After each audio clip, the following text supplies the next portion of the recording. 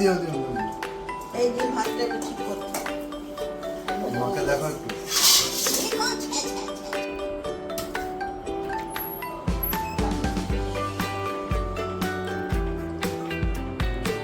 আমার শাশুড়ি মা নিয়ে আসছেন অনেক কিছু খাবার দাবার, এত কিছু খেতে পারবো কিনা জানি না। প্রচুর প্রচুর প্রচুর মেনু। এখানে প্রথমে রয়েছে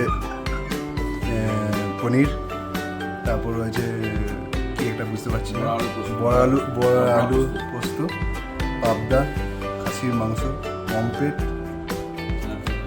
চিংড়ি মাছ, মিষ্টি, শসা, তারপর এখানে রয়েছে চাটনি, তারপর রয়েছে আলু ভাজা, আর রয়েছে বেগুন ভাজা, শাক ভাজা, মানে ভাত, মানে এলাই ব্যাপার।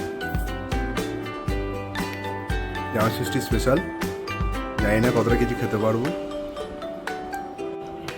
এত খাবার দাবার, এই আলটিমেট আমার বউকে দেখতে পেলাম, সেজে গুজে উনি চলে এসছেন।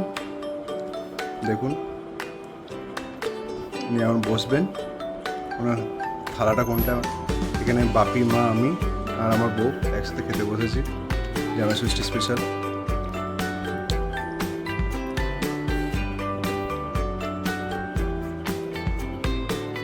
অনেক কিছু আছে মেনুতে, পমফ্রেট, পাবদা, চিংড়ি, মটন, পনির, ডাল, ভাত, পাঁচরকম ভাজা,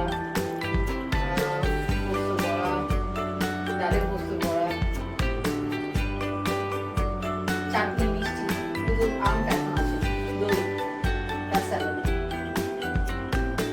মা এখন জামাই ষষ্ঠীর ভালোবাসা প্রণামী সব দিচ্ছে জামাইকে, আশীর্বাদ। তুমি দাও।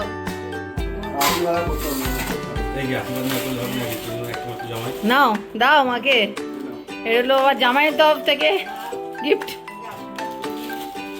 প্রণাম করো, প্রণাম করো, ভালো করে প্রণাম করো, খাওয়ার আগে প্রণামটা ছাড়ো।